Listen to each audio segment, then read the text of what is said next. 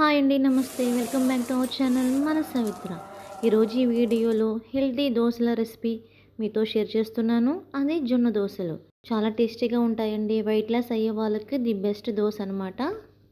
ముందుగా ఒక బౌల్ తీసుకొని అందులో 2 కప్స్ జొన్నలు తీసుకోవాలి. ఈ జొన్నలు అనేది తెల్ల జొన్నలు, పచ్చ జొన్నలు అనే 2 రకాలుగా ఉంటాయండి. వీటిలో ఏది తీసుకున్నా హెల్త్కి చాలా మంచిది. ఈ జొన్నల్లో 2 టైమ్స్ వాటర్ పోసి బాగా నీట్గా వాష్ చేసుకోవాలి. కంపల్సరీగా 8 అవర్స్ అనేది నాననివ్వాలండి. ఎప్పుడైనా మీరు మిల్లెట్స్తో రెసిపీస్ చేసుకోవాలంటే కంపల్సరీగా 8 అవర్స్ అనేది నాననివ్వాలి, ఏ మిల్లెట్స్ అయినా.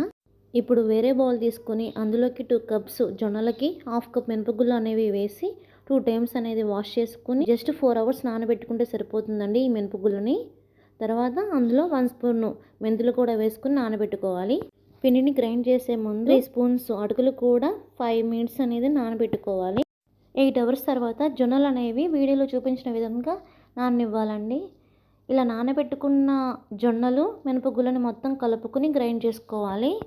పిండి మొత్తం రుబ్బుకున్న తర్వాత ముందుగా నానబెట్టుకున్న అటుకుల్ని పిండి తీసే ముందు వేసి రుబ్బుకోవాలి. ఇలా రుబ్బుకున్న పిండిని నైట్ మొత్తము పులియబెట్టుకుని దోశల పిండిని ఏ విధంగా కలుపుకుంటామో అలా పిండికి తగిన విధంగా వాటర్ పోసుకుని దోశ పిండిలాగే బ్యాటర్ని ప్రిపేర్ చేసుకోవాలి.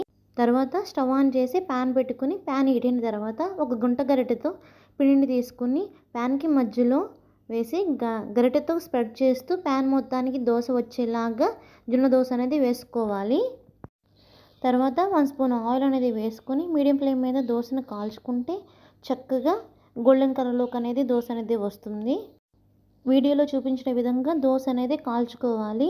ఒకవేళ ముందే దోశను తిప్పుదామంటే మీరు కానీ ట్రై చేస్తే దోశ అనేది ముక్కలు ముక్కలుగా విరిగిపోతుంది. నేను చెప్పిన కరెక్ట్ మెజర్మెంట్స్తో కానీ ఒకసారి మీరు ట్రై చేస్తే చాలా బాగా వస్తాయండి దోశలు.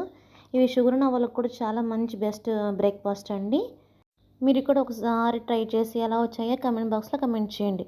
ఈ వీడియో కానీ మీకు నచ్చితే లైక్ చేసి సబ్స్క్రైబ్ చేయండి మన సవిత్ర ఛానల్ని.